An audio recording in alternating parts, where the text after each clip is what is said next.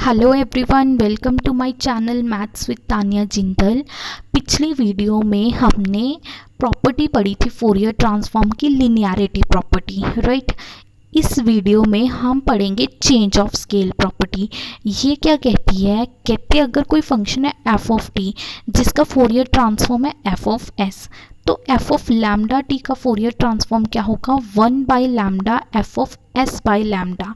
मतलब अगर t के साथ यहाँ लैम्डा लग जाएगा तो s की जगह क्या आ जाएगा? s बाई लैम्डा, और वो 1/λ से मल्टीप्लाई हो जाएगा। ठीक है, यहाँ पे जो लैम्डा है, लैम्डा वो एक स्केलर है। ठीक है, मतलब t को अगर स्केलर से मल्टीप्लाई करते और फिर उसका फोरियर ट्रांसफॉर्म निकाले तो वो क्या आ जाएगा? 1/λ f of s by lambda.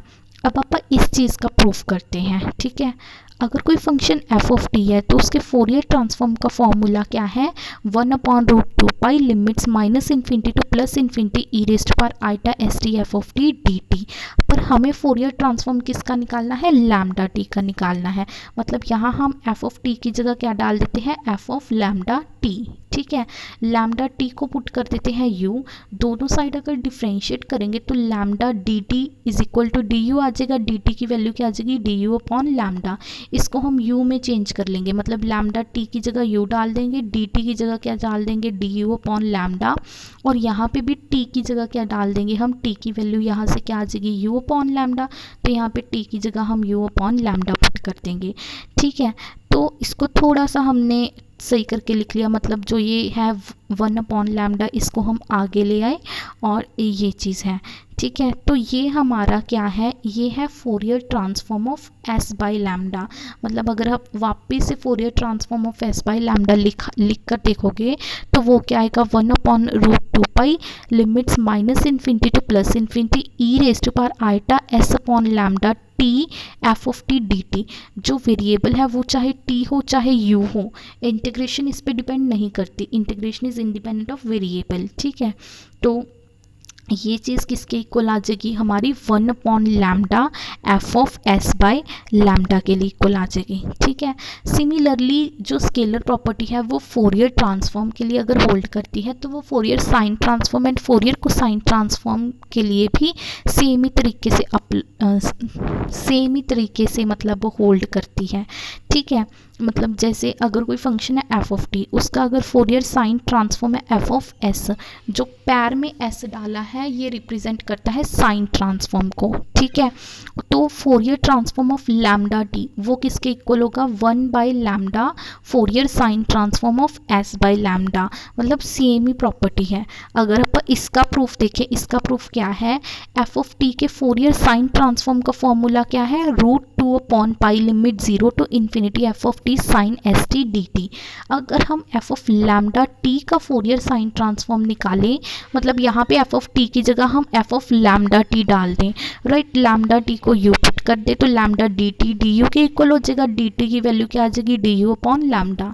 यहाँ पे डी टी की जगह हमने डी यू अपॉन लैम्डा डाल दिया, टी की जगह हमने u अपॉन लैम्डा डाल दिया, और यहाँ लैम्डा टी की जगह हमने क्या डाल दिया? u। मतलब इसको t की जगह हमने इसको u वेरिएबल में कन्वर्ट कर लिया, राइट। जो ये 1/λ है इसको हम बाहर ले आए तो ये क्या बन गया? ये हो गया Fourier sine transform of s by lambda, right. तो ये पूरा क्या हो गया हमारा? This is the Fourier sine transform of s by lambda.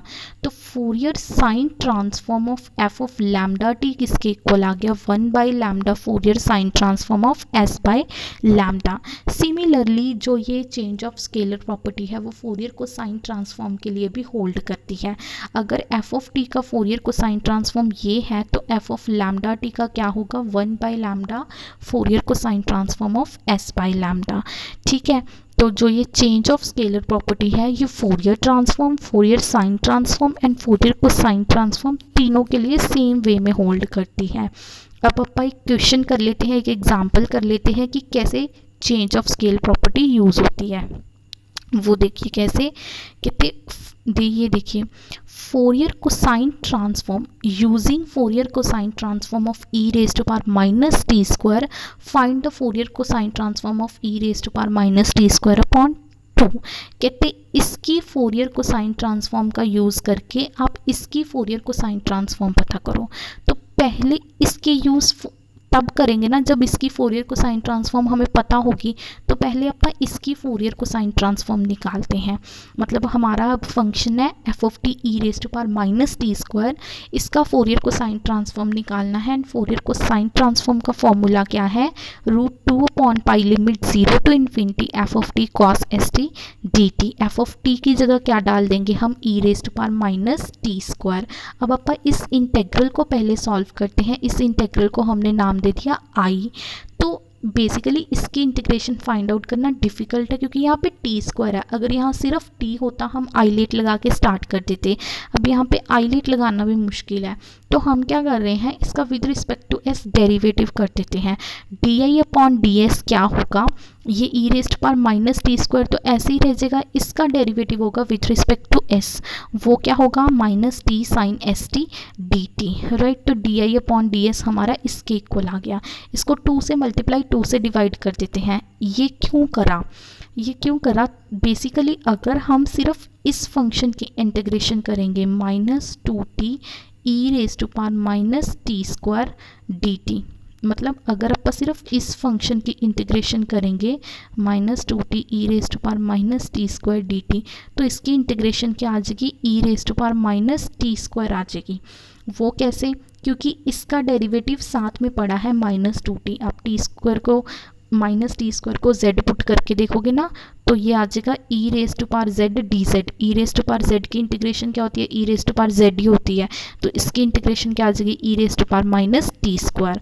अब हम यहाँ पे आइलेट लगाएंगे, राइट।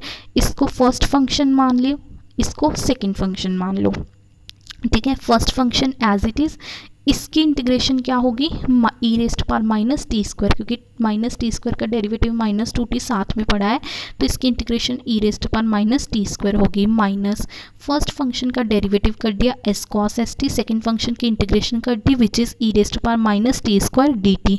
लिमिट्स जो है वो हमारी 0 टू इन्फिनिटी है। अब अगर यहाँ पे इन्फिनिटी पुट करोगे, e raise to power minus infinity क्या होता है, 0, मतलब 1 e raise to power infinity which is equal to 1 infinity which is approximately equal to 0। तो ये 0 आ जाएगा। जब आप 0 पुट करोगे तो साइन 0 क्या हो जाएगा, 0। तब 0 साइन की वजह से ये 0 हो जाएगा, मतलब ये वाली चीज़ तो आपकी 0 हो जाएगी। यहाँ क्या आ जाएगा, minus s integration of e raise to power minus t square cos s t d t. और ये चीज़ क्या है, ये चीज़ हमारा आई के इक्वल है, ठीक है। तो हमारा क्या आ जाएगा, d I upon d s is equal to -s/2 into I, ठीक है। अब यहाँ पे हम वेरिएबल सेपरेबल मेथड यूज़ करेंगे इसकी इंटीग्रेशन करने के लिए। आई वाले एक साइड कर लिए और एस वाले हमने अलग कर लिए, मतलब d I upon I is equal to -s/2 d s. और दोनों साइड जब हमने इंटीग्रेशन करी, इंटीग्रेटिंग ऑन बोथ साइड, यहाँ पे आ गया log आई, यहाँ पे आ गया -s² + 4 + सम कांस्टेंट। अब जब दोनों साइड हमने एक्सपोनेंशियल फंक्शन ले लिया, यहाँ पे भी ये ई के साथ log कैंसिल हो जाएगा। यहाँ पे क्या आ जाएगा, i इज इक्वल टू ई की पावर -s² + 4 + k, जिसको हम अलग करके लिख सकते हैं e raise to power k into e raise to power -s² upon 4। E raise to power k को हमने एक नया कांस्टेंट k डैश का नाम दे दिया, तो i किसके इक्वल आ गया, k dash e raise to power -s² upon 4, right. अब आप एक चीज़ देखिए, इसको हम फर्स्ट मान लेते हैं इस इक्वेशन को। जब हम यहाँ पे s को 0 पुट करेंगे, राइट, s को 0 पुट करने की cos 0 की वैल्यू तो क्या आ जाएगी, 1। मतलब at s is equal to 0 I किसके इक्वल आ जाएगा, e raise to power minus t square d t के इक्वल आ जाएगा। लिमिट्स है 0 to infinity, at s is equal to 0 I इसके इक्वल आ जाएगा, राइट। अब हम इसको सॉल्व करते हैं, इसको देखते हैं कैसे सॉल्व करेंगे। At s is equal to 0 I हमारा इसके इक्वल आ गया। अब यहाँ पे हम गामा फंक्शन का यूज़ करेंगे। यहाँ पे हम टी स्क्वायर को क्या पुट कर देते हैं, z, तो 2t dt किसके इक्वल आ जाएगा, dz के। dt की वैल्यू क्या आ जाएगी, dz अपॉन 2t। तो t टी की वैल्यू अगर हम यहाँ दोनों साइड स्क्वायर रूट लें तो टी की वैल्यू किसके इक्वल आ जाएगी, रूट जेड। तो यहाँ पे टी की जगह हमने रूट जेड पुट कर दिया, तो डी टी हमारा d z upon 2 root z के इक्वल आ गया, राइट। तो ये चीज़ इसको अब हम z में कन्वर्ट करेंगे, टी स्क्वायर की जगह z पुट कर दिया, डी टी की जगह d z upon 2 root z put कर दिया। तो ये आ गया हमारा 1/2 limit 0 to infinity. Limit same रहेंगी, जब t 0 है तब z भी 0 होगा, जब t इन्फिनिटी है तब z भी इन्फिनिटी होगा, लिमिट सेम रहेंगी। तो ये हमारा किसके इक्वल आ गया, 1/2 limit 0 to infinity e raised power minus z z raised power -1/2, जिसमें हमने +1 और -1 कर दिया। तो ये आ गया e raised power minus z z raised power 1/2 -1, ये चीज़ आ गई।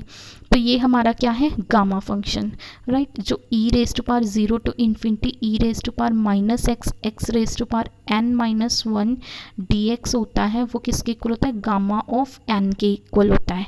तो इसको और इसको जब हम कंपेयर करेंगे, z की जगह क्या है हमारा x, n की जगह हमारा क्या है 1/2, तो ये पूरी चीज़ किसके इक्वल आ जाएगी, गामा 1/2 के इक्वल आ जाएगी, ठीक है। 1/2 आगे कांस्टेंट है, इसको ऐसे ही रखा, ये चीज़ गामा 1/2 के इक्वल आ गई।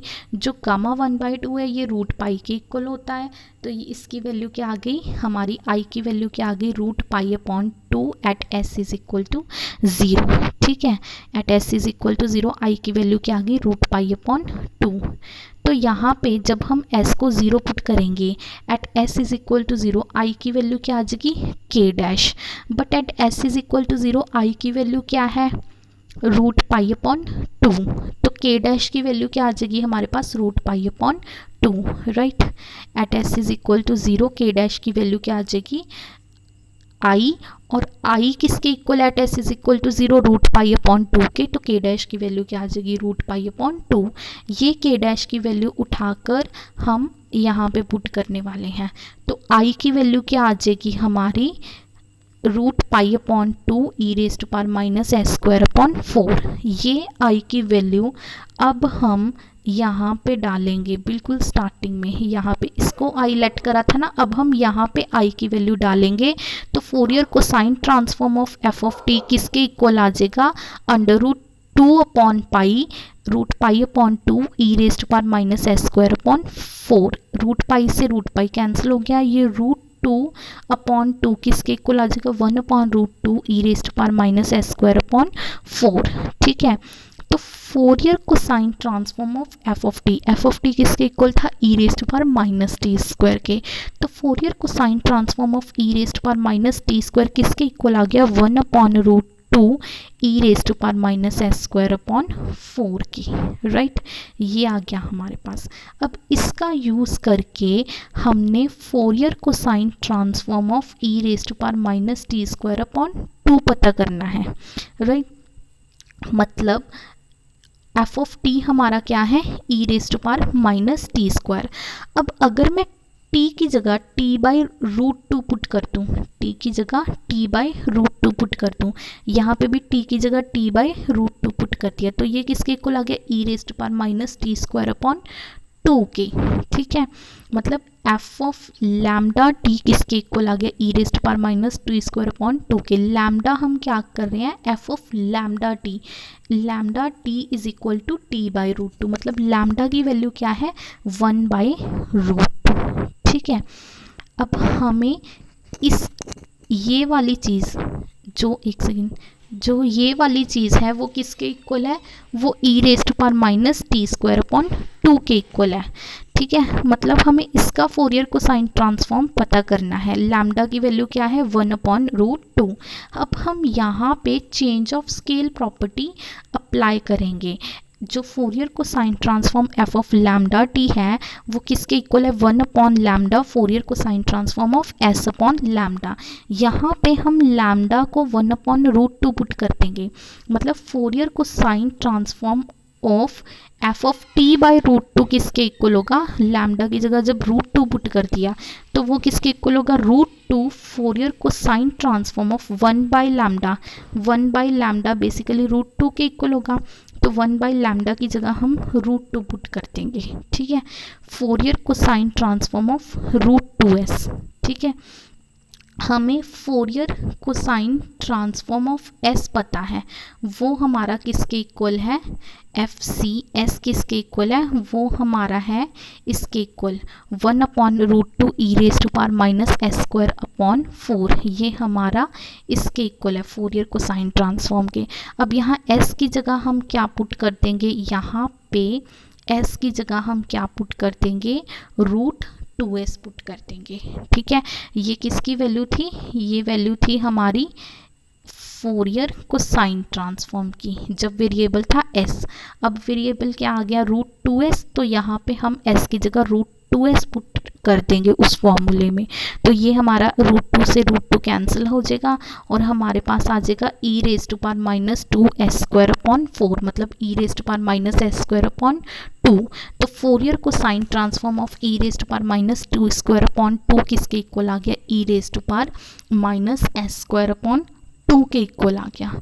यहाँ पे हमने क्या यूज़ करा, चेंज ऑफ स्केल प्रॉपर्टी। ठीक है, आई होप आपको समझ आ गया होगा। Thanks for watching video.